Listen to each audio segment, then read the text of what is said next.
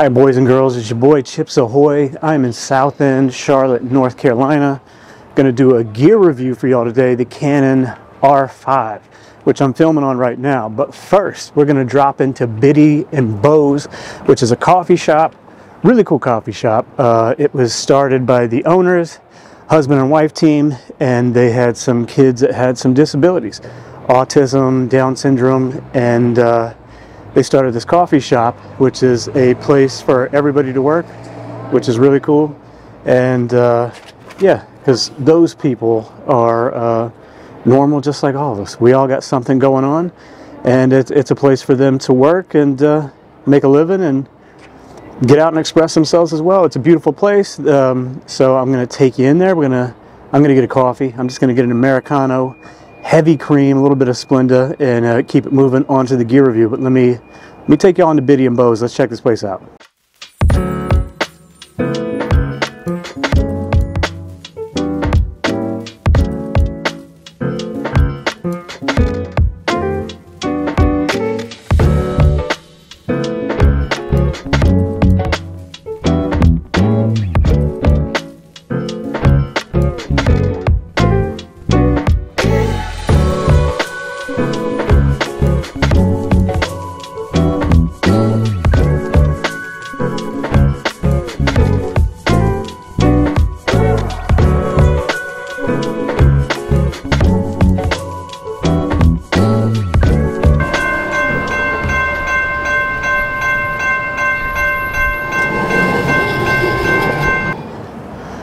Okay, we got our coffee, we're moving again. Now let's talk about the Canon R5.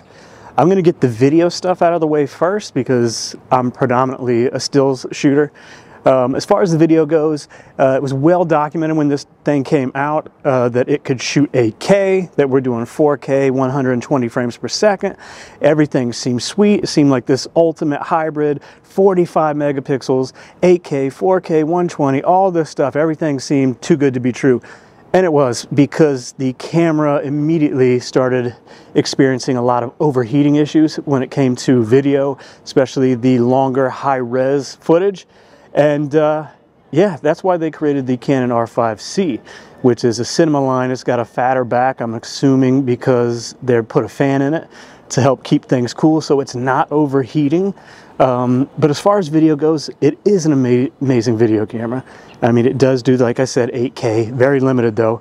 If you want to be shooting in 8K or 4K, 120 frames per second, you're probably better off getting the Canon R5C. Okay, if you want no issues, no overheating, extended time recording, I would pick up the R5C. Another thing that the R5 has in video that might upset you is the fact that it's got a limited record time. This is something that I was happy with the R6 Mark II when they came out with that, because they removed the record limit. There was always a 30-minute limit on the R5 and the R6 to where it would stop after 30 minutes. So if you're doing long-form recording, if you're trying to do a podcast or an extended interview that goes past 30 minutes, you're going to be screwed because it's going to stop at 30. So that's kind of where the R5 is as well. You do have that limit. So that's something to keep in mind in video. Keep your eye on that if you're trying to do long form stuff. But if you're just doing short, quick stuff, you're going to be good there. Again, the 4K 120, I love that. It's baked in, super slow-mo, creamy slow-mo, great for B-roll and things like that. So that is the video side of things. And now let's get into the photo side.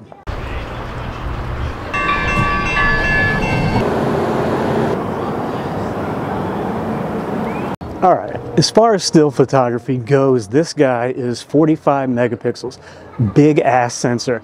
I think that this camera, the R5, produces the best all-around images. Out of all the camera bodies that there are mirrorless wise right now for Canon, I've tried them all. I've had the R3, I had the R6, I have the R6 Mark II, which I do love. It's my ultimate kind of hybrid camera right now. But the R5 with the 45 megapixels, dual pixel autofocus CMOS full frame sensor, I think it produces the best images. All right, it's getting busy down here. Let's go over tech specs. Now, this feels awkward as fuck. Sorry for the curse words, but I am recording in front of a lot of people. As far as the shutters go, for electronic we're getting 12 frames and mechanically we're getting 20.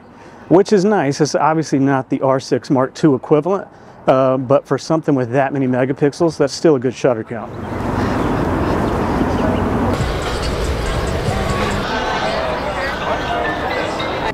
So that being said, with the shutter count, I wouldn't pick this as a sports camera. If we're talking about stills, I would use the R3 or the R6 Mark II. I mean, with the R6 Mark II, you can get up to 100 frames per second electronically. Now, there could be some banding or some rolling shutter in that for sure, but for sports, I think it's great. Obviously, the best sports camera you'd want to go with is the R3 because you got a stacked sensor, so you're not going to be getting the banding and the rolling shutter and all that bullshit. But could you still take some good sports photos with this? Of course. I took a bunch of sports photos of my son playing soccer with this camera and the 70-200. So you can still get good stuff, but if you're trying to really capture high action, not the camera for you. One thing I did want to touch on, because I mentioned that this had the best image quality. Let me touch on that. Obviously, you're getting the beautiful 45 megapixels. Okay, so you got that big, beautiful sensor, 45 megapixels. There's no anti-aliasing filter over the sensor, nothing like that. So you're getting the sharpest images you could possibly get. And also, I just love the 45 megapixels. A lot of people say you don't need that these days. Obviously, you don't. Can you still get great, humongous prints with the R6, which is 20 megapixels? Sure, you could. But with 45, I love being able to dive in deep.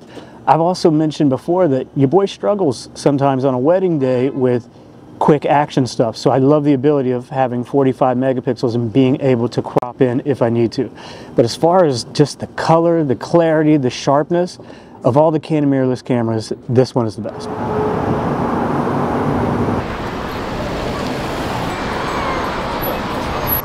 All right, let's talk construction. This thing has been graded as having the same weather sealing as the 5D Mark IV.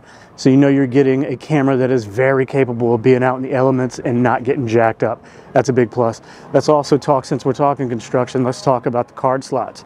So you're getting 2 card slots. You get a CF Express slot, which is great, and then you get a UHS-2 card slot. I wish they could have just had 2 CF Express card slots just to have the ultimate speed that you could have, but you know, I think the R5 Mark II is getting ready to come out. Maybe they'll have that in there. Not currently in the R5, but it still handles all the reading, writing perfectly. All right, because your boy's outside, I got the raccoon eyes going right now. Now, as far as price goes, the Canon R5 runs in at around $3,900 right now. If you're looking at what the R5C does, you're looking at about $4,800. So you're looking at about $1,000 difference there. Obviously, that one's more geared to cinema and holding on to 8K and some high frame rate 4K for a lot longer without the overheating as the R5. But as far as photo abilities, they both keep the exact same photo capabilities. So if you're looking mainly for stills and don't care so much about the video aspect as far as long-term recording goes, then the R5's your guys. If you're just strictly video, R5C. Okay, so for me, the only downside on the stills aspect of this camera, which is probably obvious, is going to be higher noise in lower lit, higher ISO situations. Now granted, today, that's not really a deal breaker anymore because you can fix all that shit in post, but it is pretty noticeable straight out in the raw file. But as far as stills go, that's the only downside. As far as the stills images, this camera, the R5, has the best stills images, detail, color, and everything for me out of all the bodies. Now, if you're just going to go based off, you're analyzing which camera you should get based off price and things like that, then the R6 Mark II is a good, is probably where you want to go if you're on a budget. But if you ultimately want the ultimate best image quality and don't care so much about the price, then you got to go with the R5. All right, let's talk in-body image stabilization. For the IBIS with this camera, you're getting 5 stops. That being said, though, if you pair this camera with some RF glass, you can get increased IBIS up to 8 stops. So I'm using RF glass. The only glass that I use that's not RF is the Tamron 35. When you're using RF, I got the 51.2, the 70-200. I mean, you can shoot at like 1/15, 1/20, handheld, no issues. So yeah, very good with the IBIS. We all know autofocus is king. for any camera. It's the most important thing. This guy beats any Sony camera I've ever shot with as far as autofocus goes. Its subject tracking is amazing as well, for humans and for animals. It's the best autofocus camera I've ever used outside of the R3 and the R6 Mark II. Remember, the R6 Mark II got to get the R3's focusing system, and its subject tracking actually slightly improved over the R3. That being said, it's still class-leading autofocus, amazing subject tracking. You can't go wrong with this camera with that. And with that autofocus, you're getting 5,940 focus points. That's a shit ton of focus points. There's no way you're not going to be able to identify your subject and make sure that they're in focus no matter what you're shooting or filming. Very solid in that standpoint. And yeah, it covers the entire frame, which is amazing. Not a lot of other camera bodies do that.